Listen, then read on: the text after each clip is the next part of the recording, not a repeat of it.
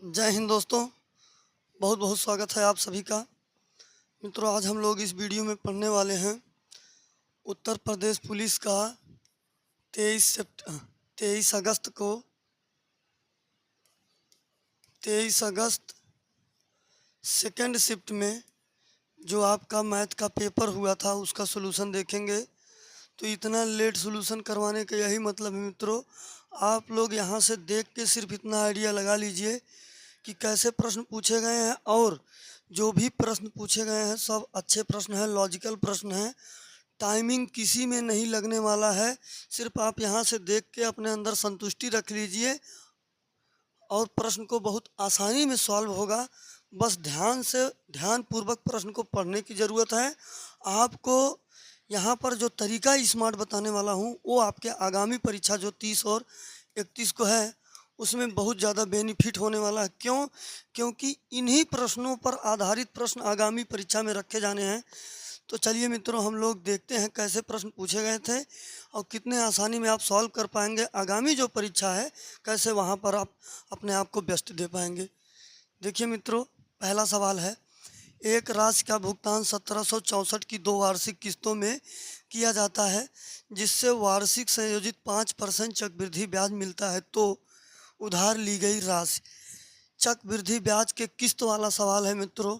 चक्रवृद्धि ब्याज का किस्त का मैटर होता है P बराबर x/1 + r/100 plus x/1 + r/100 whole square plus dot dot. जितने किस्त हो आप उतनी बार कर सकते हैं। अगर साधारण ब्याज की बात करता है तब P बराबर NI/RI/100 गुणे n-1/2। मित्रों, यहाँ पर P मूलधन है, N कितनी किस्त है, I प्रत्येक किस्त की राशि है, R जो है दर है। यहाँ पर आपको अगर साधारण ब्याज के किस्त की बात करें आप यहाँ से कर सकते हैं, चक्रवृद्धि ब्याज का किस्त यहाँ से। यक्स किस्त की राशि है, किस्त दिया है 1764, आप कहेंगे 1764। ये देखिए 5% दर है, 1 + r/100 तो हम कहेंगे 100 एकम 100, 105/100 हम लोग 5 से निकालेंगे, ये मिलेगा 21/20।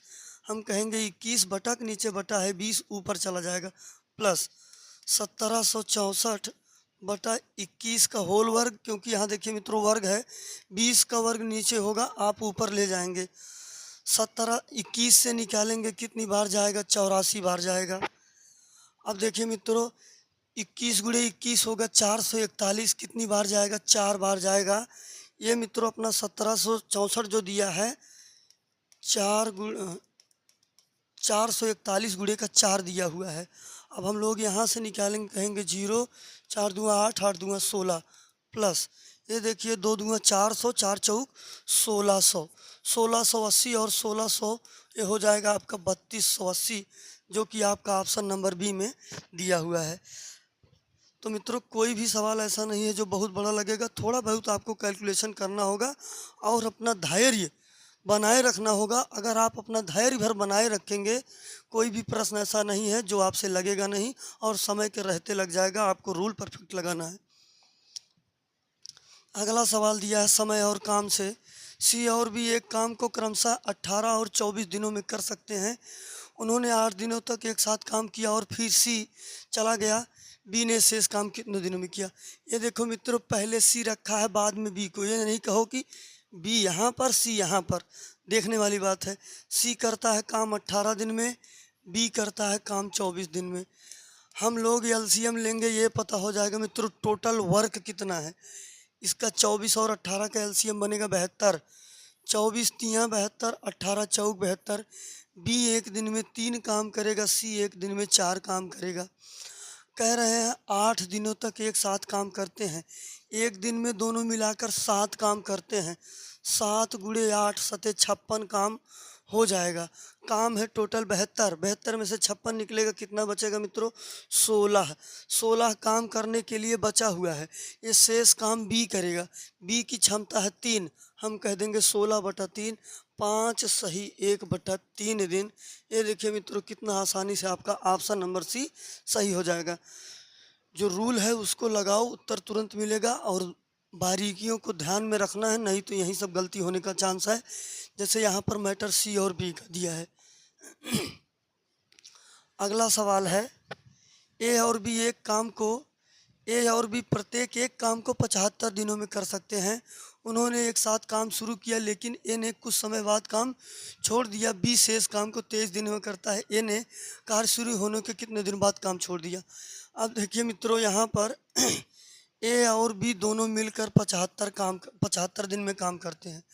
हम मान लेते हैं अपना काम है 75, ये दोनों मिलकर एक दिन में एक काम करते हैं। अब देखिए मित्रों, कह रहा उन्होंने एक साथ काम शुरू किया, फिर ए ने काम छोड़ दिया। बी ने शेष काम 23 दिनों में किया।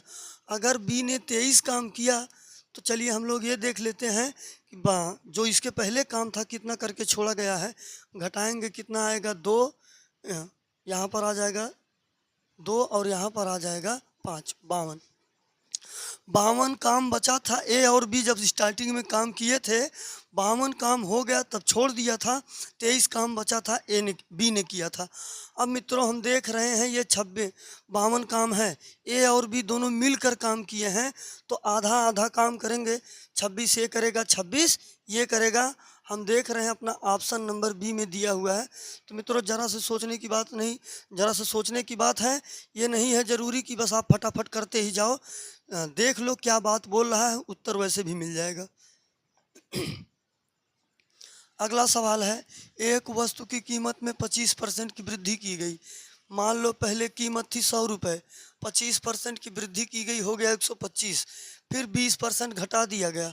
हम कहेंगे 80 बटे का 100। 0 से 0 निकल गया, 4 दूँगा 8, 5 दूँगा 10, ये निकालेंगे कितना आ जाएगा 25। 25 चौका 100, फिर से अपना वही मूलधन मिल गया। कह रहा 10% बढ़ा दिया जाए, कितना बढ़ जाएगा 10% बढ़ जाएगा। अब फिर से वही मूलधन प्राप्त हो गया, 10% बढ़ाएंगे कितना बढ़ जाएगा 10% बढ़ जाएगा। तो देखो मित्रों, जैसा सवाल दिया वैसा करते चलो, उत्तर फटाफट मिलेगा। अगला सवाल दिया है, ये देखिए कह रहा 180 रुपये प्रति किलोग्राम और 280 रुपये प्रति किलोग्राम दर वाली 2 प्रकार की चाय को किस अनुपात में मिलाया जाए कि प्राप्त मिश्रण को 320 रुपये प्रति किलोग्राम पर बेचे जाने पर 20% का लाभ हो। अब देखो मित्रों, यहाँ पर 320 रुपये में बेच रहे हैं तो 20% का इस पर लाभ जुड़ा हुआ है। तो हम लोग सबसे पहले 320 का जो अपना क्रय मूल्य है उसको ज्ञात कर लेते हैं, क्योंकि एलिगेशन का जो मैटर होता है हम लोग एलिगेशन को क्रय मूल्य पर सॉल्व करते हैं, सीपी पर, इसलिए अपना सीपी निकालना ज़रूरी है। जब एसपी से सीपी निकाला जाता है 100 ऊपर, लाभ हानि का मैटर नीचे। ये देखिए 20% का लाभ हुआ है। 0 से 0 निकल जाएगा, 8 चौक 32, 4 तियाँ 12, आ जाएगा 800 बटे का 3। अब हम लोग यहाँ पर कहेंगे 180, यहाँ कहेंगे 280 और यहाँ पर कहेंगे 800 बटे का 3। अब हम लोग सबसे पहले 280 में से इसको निकालेंगे। ये देखिए हम लोग 3 का मल्टीप्लाई करेंगे, 28 तियाँ आपका हो जाएगा 84, ये हो जाएगा आपका 840। 840 में से 800 निकलेगा, 40 बटे का 3। 180 हम लोग 3 का मल्टीप्लाई करेंगे, 18 तियाँ 54, 540। 800 में से 540 निकलेगा, कितना आएगा 260 बटे का 3। 3 से 3 निकल गया, 0 से 0 निकल गया, 2 दूँगा 4, 13 दूँगा 26। ये देखिए ऑप्शन नंबर ए में दिया हुआ है। चाहे तो आप इस 3 को हटाने के लिए इस 3 में मल्टीप्लाई कर दीजिए, इस 3 में मल्टीप्लाई कर दीजिए, फिर भी वही बात बनेगी।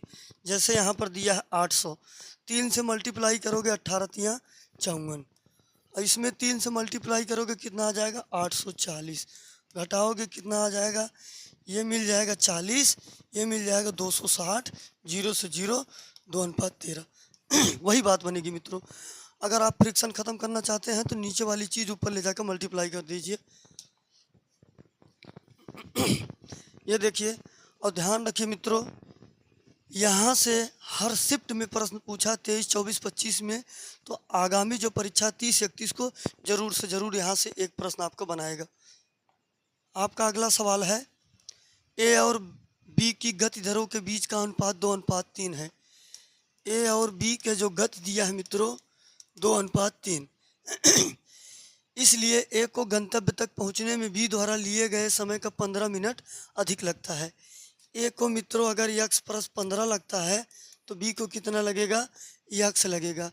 यदि ए अपनी चाल दुगनी कर देता है तो उसे दूरी तय करने में कितना समय लगेगा। ए अगर अपनी चाल बढ़ा देगा तब हम समय की बात करेंगे मित्रों, समय इसी का उल्टा हो जाता है। इनके बीच में अंतर कितने का है, 1 का है। यहाँ पर अंतर आप देख रहे हैं 15 मिनट का है। 1 यूनिट बराबर 15 मिनट।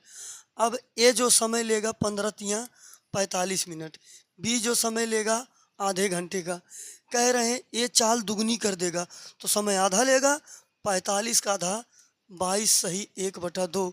ये देखिए मित्रों 22.5 मिनट में ये अपना दूरी तय कर देगा। ध्यान रखिए जब चाल दुगनी कर देगा तब।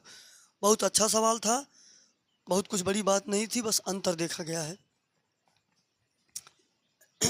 इस तरीके से करिएगा आप, बहुत जल्दी हो जाएगा। ये देखो मित्रों साधारण ब्याज का मैंने साधारण ब्याज में आपको बताया है एसआई बराबर PRT/100। इसी फार्मूले के अतिरिक्त और कोई फार्मूला यूज नहीं होगा। और कैसा भी प्रश्न इधर उधर से घुमा के देगा इसी पर सारी बात सेट हो जाएगी। कह रहा है हाँ किस्त के रूप में आपको मैंने अभी बताया था P बराबर NI प्लस RI/100 और गुड़े N(n-1)/2 लगाते हैं। कह रहा है एक धनराशि 5% वार्षिक दर से 3 गुना हो जाती है। अगर 3 रुपये था तो 2 रुपये ब्याज मिला है, 1 रुपये अपना मूलधन था, कितना हो गया 3 रुपये। एसआई बराबर PR, आर दिया हुआ है 5%, समय हमें ज्ञात करना है बटे का 100। हम निकालेंगे, कहेंगे 20, T बराबर 20 दूनी 40। तो मित्रों 40 वर्ष यहाँ पर समय आ गया। कह रहा उसी समय में किस दर पर धनराशि 6 गुना हो जाएगी। 5 रुपये ब्याज मिलेगा, 1 रुपये मूलधन था। कह रहा है उसी समय पर, समय दिया हुआ है 40, दर ज्ञात करना है, गुड़े R बटे का 100। 5 से निकालेंगे 8 पंजे 40, 4 से निकालेंगे 4 दूना 8, 25। ये देखिए मित्रों 25 का आधा 12.5%, 12.5%। ये देखिए ऑप्शन नंबर ए में दिया हुआ है। ये 2 से हम लोग निकालेंगे कितना आएगा 12.5%। तो मित्रों जैसा कहे उसके हिसाब से चलते चलो, तुरंत आपको उत्तर मिल जाएगा। कुछ ज़्यादा लॉजिक की बात नहीं है। आपका अगला सवाल ये देखो, 2-3 सेटों में इस टाइप का प्रश्न दिया था और देखो बहुत अच्छा सवाल है। इसमें क्या बात है वो मैं बता देता हूँ। कह रहा है सेवा से सेवानिवृत्त पर एक व्यक्ति की पेंशन उसकी सेवा के पिछले 3 वर्षों के दौरान औसत वेतन के आधे के बराबर है। जो उसका औसत वेतन है उसके आधे के बराबर है जो उसको पेंशन मिलती है। उसका वेतन 1 जनवरी 1983 को 380 रुपये प्रति माह था। फिर 1/10/1983 से 1/10/1984 और 1/10/1985 तक 40 रुपये देय राशि की वृद्धि, मतलब कि उसके हर महीने में 40-40 रुपये की उसके इतने में वृद्धि की जा रही है। तो वह 1/1/1986 को सेवानिवृत्त होता है तो प्रति माह वह कितनी पेंशन प्राप्त करेगा। अब देखो मित्रों 1 जनवरी 1983 को 380 रुपये पा रहा है, फिर 1/10/1983 में 40 बढ़ रहा है तो 9 महीने तक इसका यही वेतन मिलेगा। अब आगे कह रहा है 1/10/1983 से 1/10/1984 तक 40 रुपये बढ़ जाएगा। तो कहने का मतलब 1 साल में पूरा उसका 40 रुपये बढ़ जाएगा। कितना होगा 420 होगा। कितने दिनों में, 1 वर्षों में। अब देखो मित्रों प्रत्येक वर्ष में 40 रुपये बढ़ रहा है। अगला उसका हो जाएगा 460, 420 में 40 बढ़ेगा 460 गुणे का 12। 3 वर्ष की बात कहा है मित्रों। ये देखो 3 वर्षों के दौरान 9, 12, 12, 24, 24, 9 आपका हो गया 33। अभी 3 बचा हुआ है। अब कितना हो जाएगा 500, सीधे सीधे हो जाएगा 500 और गुणे का 3 पूरे का बटा 36, पूरे का बटा 36। इसलिए मित्रों क्योंकि आप देख रहे हैं 3 वर्षों की बात किया, 3 वर्ष में कितने महीने होंगे, 36 महीने होंगे। औसत निकालना है इसलिए मैंने यहाँ पर बटा आपका 36 किया है। अब आप इसी को सॉल्व कर देंगे और इसका आधा कर देंगे, आपका उत्तर हो जाएगा। देखो हम लोग 3 से निकाल दे, 3 से निकल रहा है 3 तिया 9, 3 चौक 12, 3 चौक 12, 3 निकल गया 12 तियाँ 36। अभी देखिए 2 से निकाल लें। हाँ ठीक, 2 से निकालेंगे। 19 दूना 38, ये आ जाएगा आपका 21, ये आ जाएगा आपका 23, ये आ जाएगा आपका 250, ये आ जाएगा आपका 6। चलो मल्टीप्लाई कर लो। 19 तियाँ 57, ये हो गया। आप इसका करोगे 0 4 एकम 4, 4 दूंगा 8, ये हो गया। और आप इसमें करेंगे 0 4 तियाँ 12, 4 दूनी 8 एक 9 हो गया। और आपको 250 ये चीज़ें ऐड करनी है। आप ऐड करेंगे 0 5 2 7, 7 4 11, 11 7 18, कैरी 1, 9 2 11, 11 8 19, 19 5 24, 24 और आपका हो जाएगा 24 2 26। तो कितना आ गया 2600। आपका कितना आ गया 60, नहीं ये होगा 25 मित्रों, क्योंकि कैरी 1 था। ठीक है, ये आया आपका 2580। अब मित्रों यहाँ पर बटे का 6 दिया हुआ है, 6 का भाग लगाइए। 6 चौक 24, बचेगा 1 6 तियाँ 18 0। ये आया आपका औसत। कह रहा इसका आधा करेंगे 215। ये ऑप्शन नंबर सी में दिया हुआ है। देखो मित्रों, जब आप खुद से गुणा भाग करोगे तो फटाफट कर लोगे। काटने वाली चीज़ें अब यहाँ पर आप लोग 4 से भी काट सकते हैं, तो आपके ऊपर है कितना जल्दी से काटते हैं। देखो मैंने आपको बता दिया कैसे चीज़ें हैं। गलती करके नहीं आना है पेपर में, थोड़ा 1-2 सेकंड और एक्स्ट्रा लग जाए कोई बात नहीं, लेकिन उत्तर आप सही करके आओ। तो देख के घबराने की ज़रूरत नहीं है। मैंने आपको कॉन्सेप्ट बता दिया। परीक्षा में बैठो, सीधे यही मैटर फॉलो करते चलो, जब भी ऐसा सवाल मिले आपको उत्तर मिल जाएगा फटाक से। देखिए अगला सवाल दिया है यहाँ पर, यदि किसी संख्या का 70% 0.35 हो तो उस संख्या का 120% ज्ञात कीजिए। मान लो संख्या x थी, उसका 70% कितना है 0.35। 2 अंक का दशमलव हटाएंगे, कहेंगे 35 बटे का 100। हम इससे इसको निकाल देंगे 7 पचे 35, यक्स बराबर 0.5, क्योंकि 10 से भाग करेंगे 0.5। अब 0.5 का 120% निकालना है, कहेंगे बटे 100। 0 से 0 निकल गया, 6 दूना 12, 5 दूना 10, 5 से 5 निकल गया। 0.1 गुणे का 6 कितना आ जाएगा 0. आपका 6। ऑप्शन नंबर ए में दिया हुआ है। तो मित्रों 2-3 सवाल ऐसे भी रखे जाते हैं जिनको आप बिना कलम उठाए वैसे ही आप कर सकते हैं। अगला सवाल ये दिया है, एक व्यापारी 25% का लाभ शामिल करने के लिए एक वस्तु का अंकित कीमत अंकित की, लेकिन अंकित मूल्य पर 16% की छूट भी दी, उसका वास्तविक लाभ कितना होगा। ये देखो मित्रों, यही सवाल हो गया अपना। a + b + ab बटा 100। 25% का लाभ, इसको प्लस में रखो, छूट है तो उसको माइनस में रखो। यहाँ हम कहेंगे माइनस 25 गुणे 16 बटे का 100। a + b + ab बटे का 100।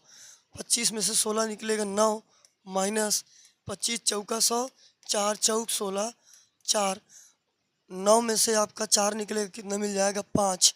ये देखिए आपका ऑप्शन नंबर डी में दिया हुआ है 5%। तो मित्रों बस बात की गहराई समझना है। अरे भाई एक ही वस्तु पर एक बार 25% लाभ की बात कर रहा है, एक बार 16% की हानि की बात कर रहा है, एक ही वस्तु पर छूट की बात कर रहा है, तो हम लोग तुरंत a + b + ab बटा 100 अप्लाई कर सकते हैं। एक क्रिकेट खिलाड़ी की 30 पारियों के लिए बल्लेबाजी औसत 40 रन है। उसका सर्वोच्च स्कोर और न्यूनतम स्कोर से 100 रन से अधिक है। यदि दोनों पारियों को शामिल नहीं किया गया तो बाकी 28 पारियों का औसत 38 है, तो खिलाड़ी का न्यूनतम स्कोर क्या है। ये देखो मित्रों, हम लोग जानते हैं औसत बराबर होता है कुल योग बटा कुल संख्या। योग बराबर होता है औसत गुणे का कुल संख्या। 4 तियाँ 1200। जो सभी खिलाड़ी हैं उन सभी के रनों का योगफल कितना आ गया 1200। कह रहा उसका सर्वोच्च स्कोर और न्यूनतम स्कोर में अंतर 100 का है। सर्वोच्च स्कोर और न्यूनतम स्कोर में अंतर कितने का है 100 का है। आगे कह रहा है इन दोनों पारियों को शामिल नहीं किया जाए तो 28 पारियों का औसत रन 38 होगा। चलिए इसका योग देख लेते हैं। हम कहेंगे 28 गुणे का 38, इसका गुणा करेंगे कितना मिलेगा 1064 मिलेगा। अब मित्रों इसमें ये दोनों खिलाड़ी शामिल थे, इसमें शामिल नहीं है।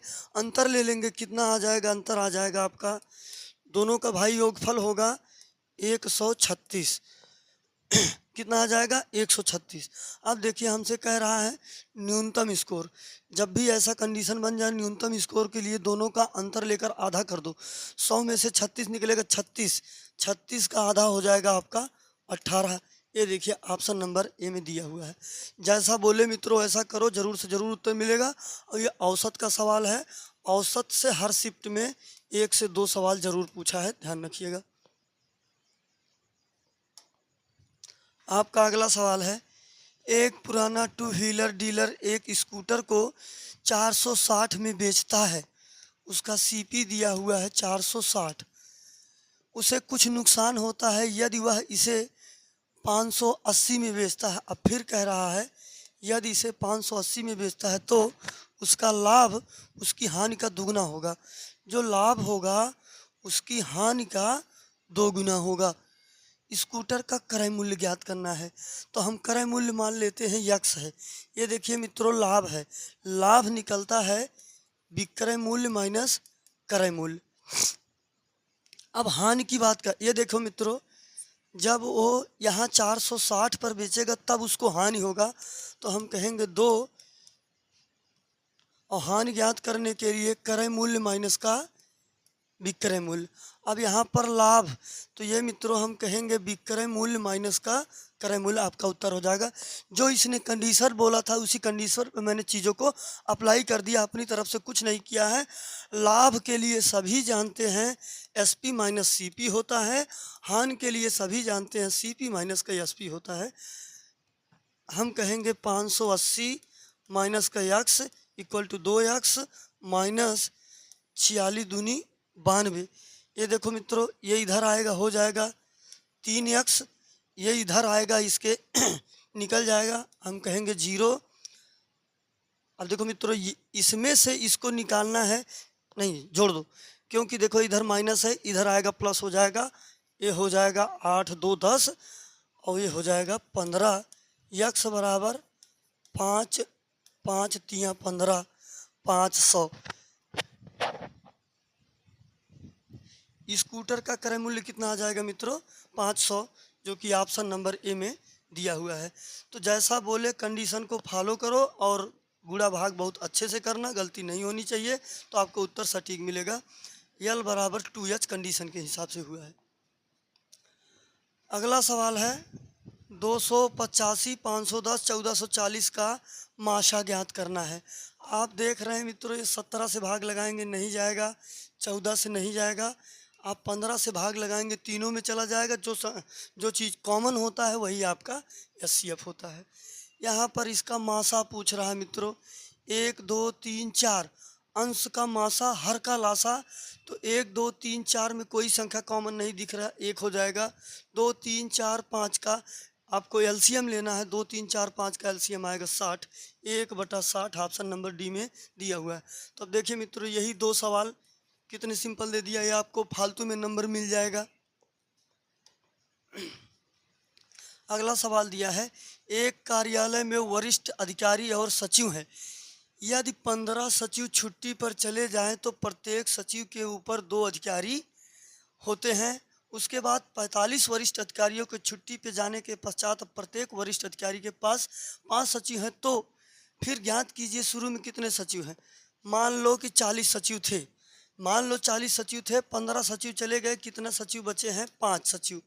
अब कह रहा है एक वरिष्ठ अधिकारी के पास कितने हैं 2 हैं, एक सचिव के पास 2 वरिष्ठ अधिकारी हैं तो कितने हो जाएंगे ये 50।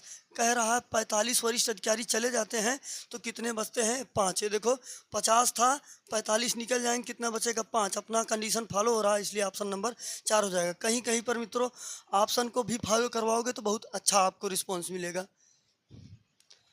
ये देखो नावधारा का सवाल है। एक नावधारा के विपरीत 80 किलोमीटर 16 घंटे में तय करती है। धारा के विपरीत मतलब चालों का अंतर आएगा 16 5 80। कह रहा 72 किलोमीटर 12 घंटे में चलती है धारा के साथ में, तो यक्स प्लस वाई दोनों की चाल जुड़ जाएगी 12 छंग 72। तो कह रहा स्थिर जल में नाव की चाल बताइए। ये होती है नाव की चाल, ये होती है धारा की चाल। इस कंडीशन के लिए मैंने बताया था, इसके लिए दोनों को जोड़कर आधा कर दो, इसके लिए दोनों का अंतर लेकर आधा कर दो, 6 5 11, 11 का आधा 5.5। ये देखिए ऑप्शन नंबर सी में दिया हुआ है। तो कुछ ज़्यादा बड़ा नहीं है, बस चीज़ों को अप्लाई करने की ज़रूरत है और जो रूल बताया जा रहा है उसको फॉलो करते चलो, गलती का चांस नहीं होगा।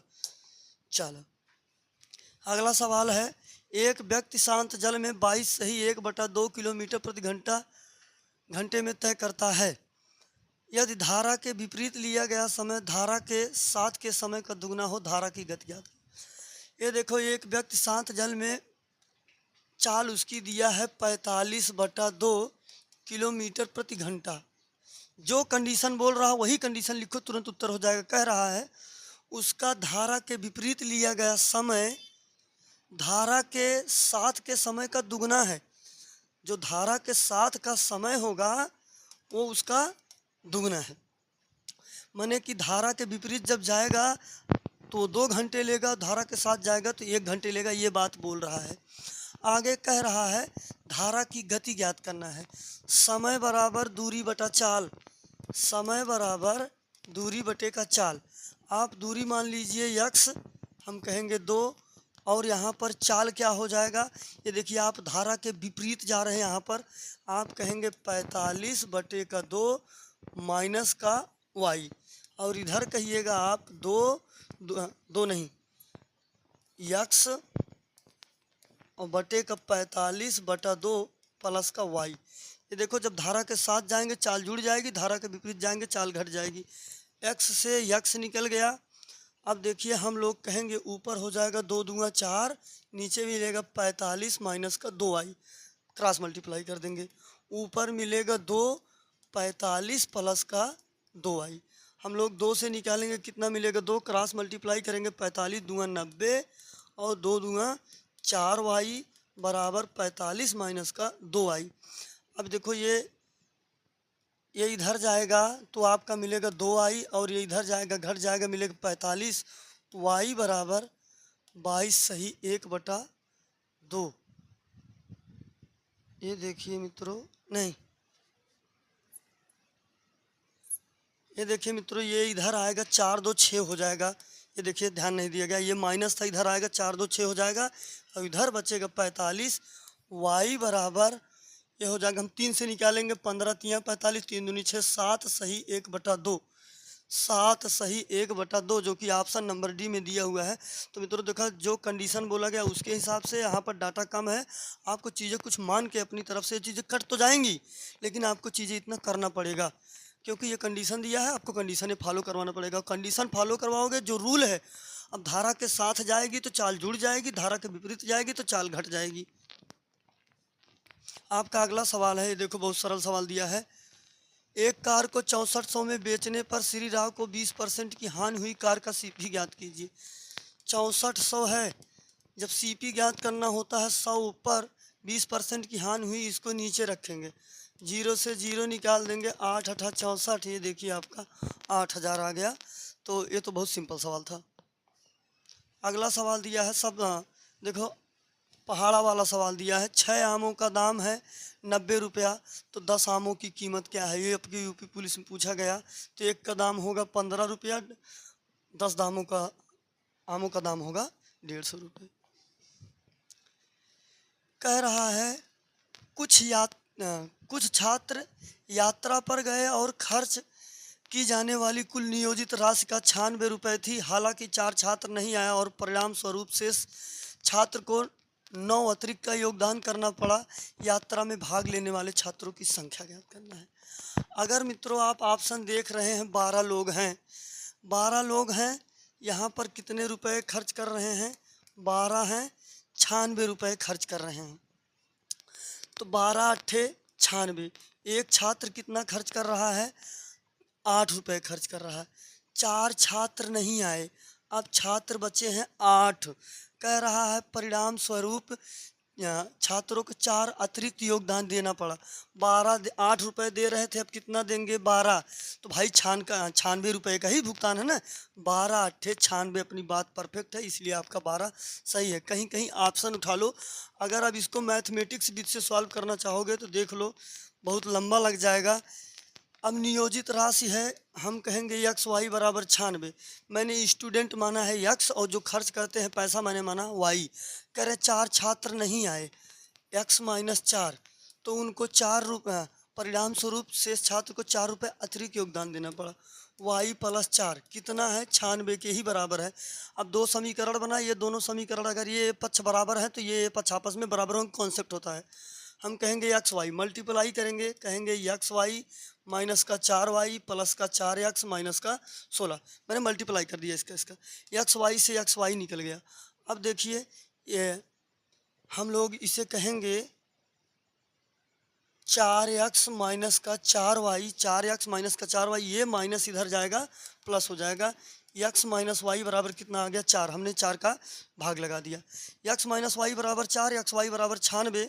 तो यात्रा में भाग लेने वाले छात्रों की संख्या ज्ञात करनी है, मतलब कि x ज्ञात करना है, y को कन्वर्ट कर दो। हम कहेंगे x माइनस वाई के स्थान पे रखेंगे 96 बटा x, यहाँ से जाएगा भाग हो जाएगा। हम कहेंगे 96 बटे का x बराबर का 4, क्रॉस मल्टीप्लाई करेंगे, कहेंगे एक्स स्क्वायर माइनस 96 बराबर का 4x। अब देखिए x square minus x square, ये देखो 4 इधर प्लस है, इधर आएगा माइनस हो जाएगा, और इधर बचेगा 96 बराबर 0। 96 का ऐसा फैक्टर बनाओ कि वो 4 हो जाना चाहिए। तो 96 का आप फैक्टर बनाना है, आप कहेंगे 24 गुणे का 4, आप कहेंगे 8 गुणे 3 गुणे का 4। ये देखिए 12 अट्ठे 96, 12 में टूटेगा और 4 में, x square minus 12x plus 4x minus 96। X minus 12 एक जगह, एक्स प्लस 4 एक जगह, माइनस वाली चीज़ ली नहीं जाती, प्लस वाली चीज़ ली जाती है। देखिए 12 मैथ।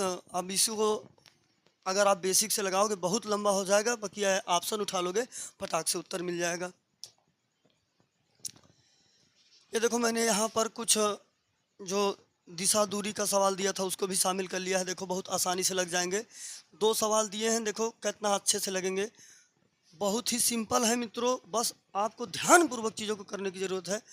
प्रिया 20 मीटर पूरब की ओर चलना शुरू करती है। ये बनाओ यहाँ से, अब प्रिया को 20 मीटर ले चलो पूरब की ओर, फिर बाईं ओर मुड़ती है। अब देख रहे हो मित्रों, इधर जा रहा बायां ऊपर होगा, 40 मीटर चलती है।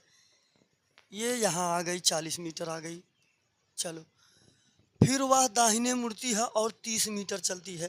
अब आप देख रहे हो, अगर ये आपका बाएं मुड़कर 40 मीटर चली है, अब ऊपर जा रही है, कह रहा दाहिने मुड़ती है 30 मीटर चलती है, दाहिना इसका ये है, ये आ गई 30 मीटर।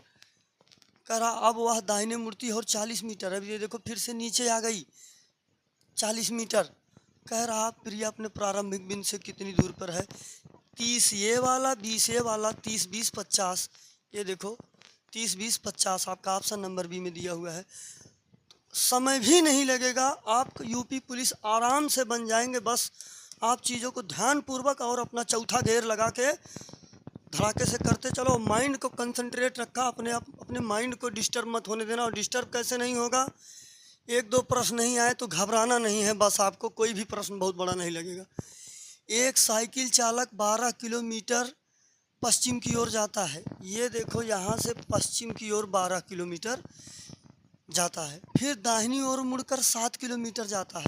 अब इधर जाओगे तो दाहिना ऊपर होगा, 7 किलोमीटर तय करता है। साइकिल चालक अब किस दिशा में जा रहा है, अब ये उत्तर दिशा में जा रहा है। बताओ इसमें कुछ इस तरह सोचने की जरूरत है, कुछ भी नहीं, 2 लाइन में करोगे उत्तर। अगला सवाल दिया है, हाँ आपको पाई चार्ट ये सब चीज़ें देख के घबराना नहीं है, प्रश्न पढ़ते भर ही तुरंत उत्तर मिल जाएगा, लगाना भी नहीं पड़ेगा। जितने प्रश्न आए हैं सब का सब बहुत हुआ है, 1-2 लाइन में लगे हैं, इससे ज़्यादा कुछ नहीं हुआ है। एक स्कूल कक्षा 9 के छात्रों के 4 सेक्शन ABCD हैं। परिणाम ये दिया है, कह रहा है देखो दोनों परीक्षाओं में उत्तीर्ण छात्र, अर्धवार्षिक परीक्षा में उत्तीर्ण लेकिन वार्षिक परीक्षा में उत्तीर्ण छात्र, दोनों परीक्षाओं में से किस सेक्शन में उत्तीर्ण प्रतिशत सबसे अधिक है। दोनों परीक्षाओं में उत्तीर्ण छात्र का यहाँ पर नीचे लिस्ट दिया हुआ है, किस में सबसे अधिक है। सबसे अधिक दिख रहा 76 है सेक्शन डी का। अब बताओ इसमें कौन सा लॉजिक लगाया गया। सेक्शन डी का तुरंत आपको उत्तर मिल गया, देखने भर की ज़रूरत है, ये लिस्ट है देख लो। अगला सवाल, अब यही सवाल देखो। अब देखने में लग रहा बहुत बड़ा है लेकिन फटाक से उत्तर मिलेगा। सवाल कह रहा है ग्राफ का अध्ययन किया और पता लगाइए पिछले वर्ष से अगले वर्ष का चाय का अधिकतम प्रतिशत वृद्धि क्या है। पिछले वर्ष से अगले वर्ष का चाय का अधिकतम वृद्धि, चाय यहाँ पर है 13, 15, 17, 20 बढ़ती ही जा रही। पिछले वर्ष से देखना है 17 और 20 से कितने की वृद्धि हुई, 17 से 20 की, 3 की। कितना है, 17 है। हम कहेंगे बटा 17 गुणे का 100, भाग लगा देंगे, कितना आ जाएगा। आप कहिएगा 17 एकम 17, 17 दूनी 34 ज़्यादा हो जाएगा। ऑप्शन मिलाओ, ऑप्शन मिलाओ। ये देखो 20 नहीं होगा, 10 नहीं होगा क्योंकि अभी बहुत जाएगा, ये नहीं होगा। आपका ऑप्शन नंबर डी सही हो जाएगा। 17.65 भाग करके देख लो 300 में 17 का, तुरंत आ जाएगा 17.65%। अब बताओ इसमें इतना बड़ा सवाल दिख रहा है, क्या एक्स्ट्रा लगानी है, कुछ नहीं। अगला सवाल दिया है, ये देखो 8 मीटर आधार और 16 मीटर ऊंचाई वाले त्रिभुज का क्षेत्रफल। जब आपको पता होगा चीज़ें फार्मूला, बस ध्यान रखना 2D और 3D से जो भी सवाल पूछेगा फार्मूला भर पता होगा, एक लाइन में उत्तर होगा। त्रिभुज का क्षेत्रफल होता है 1/2 आधार गुणे ऊंचाई, 16 का आधा 8, 8 28 64 उत्तर। आपका अगला सवाल 100 ज़्यादा नहीं लगेगा मित्रों। 2D और 3D के सवाल कह रहा है यदि लोगों के एक समूह में 40 लोग को चाय पसंद है, 30 को कॉफ़ी पसंद है, 20 को दोनों पसंद है, तो कितने लोग केवल चाय पसंद करते हैं। ये देखो मित्रों कह रहा है 20 को दोनों पसंद है, 20 को यहाँ डालो। 30 को कॉफ़ी पसंद है तो 10 को कॉफ़ी, 10 20 30। 40 को चाय पसंद है, 20 यहाँ पर, 20 20 40। कह रहा है केवल चाय, केवल चाय कितने पीते हैं, 20। ये देखो ऑप्शन नंबर बी में दिया हुआ है। तो मित्रों यहाँ से आपका वेन आरेख से 2 सवाल हर शिफ्ट में रखा है, आप इसका मैटर क्लियर करके जाइएगा। मैंने 2 वीडियो में इसका पूरा मैटर क्लियर किया है, आप वहाँ से भी देख सकते हैं। चलो अगला सवाल दिया हुआ है, बहुत अच्छा सवाल है। एक आदमी अपने यात्रा के 200 किलोमीटर 80 किलोमीटर प्रति घंटा की गति से तय करता है। खराब मौसम के कारण वह अपनी यात्रा का 200 किलोमीटर 50 किलोमीटर प्रति घंटा की स्पीड से तय करता है। उसकी यात्रा के 400 किलोमीटर के लिए औसत गति क्या है। ये देखो मित्रों देखने वाली बात यहाँ पर भी दूरी समान है, यहाँ पर भी दूरी समान है। जब दूरी समान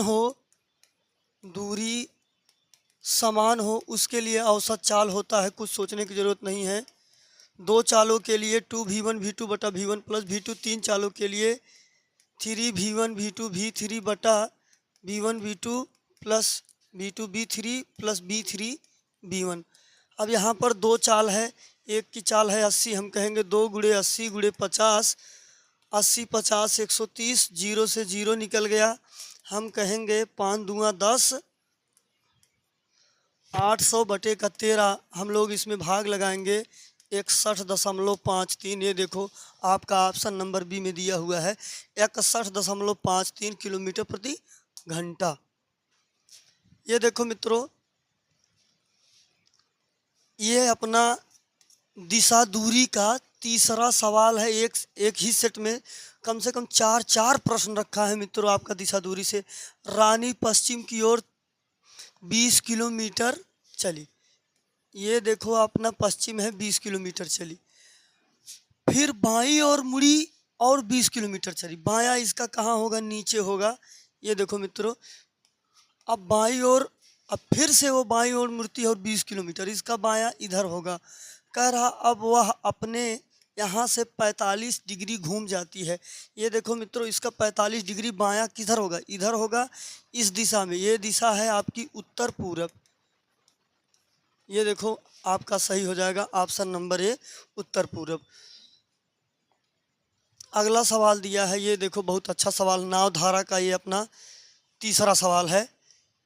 यदि धारा के विपरीत चलने वाली नाव की गति 18 किलोमीटर प्रति घंटा है तो धारा की गति क्या है। ये धारा के दिशा में नाव की गति इसकी विपरीत दिशा की गति से 50% अधिक है।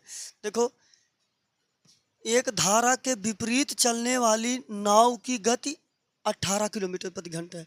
नाव के विपरीत जब जाएगी तो चालों का अंतर होता है। कह रहा है जब नाव उसके दिशा में जाएगी, दोनों की चाल जुड़ जाती है, 50% अधिक है, 18 का 50% अधिक होगा तो कितना हो जाएगा, 27। कह रहा है आप लोगों से धारा की दिशा, तो धारा की गति क्या होगी? धारा की गति होती है वाई। ऐसी कंडीशन में दोनों का अंतर लेकर आधा, 18 और 27 का अंतर कितना होगा, 9। 9 का आधा 4.5। ये देखिए आपका ऑप्शन नंबर ए में दिया हुआ है 4.5 किलोमीटर प्रति घंटा। तो कोई भी सवाल ऐसा नहीं है जो बहुत बड़ा लगा है।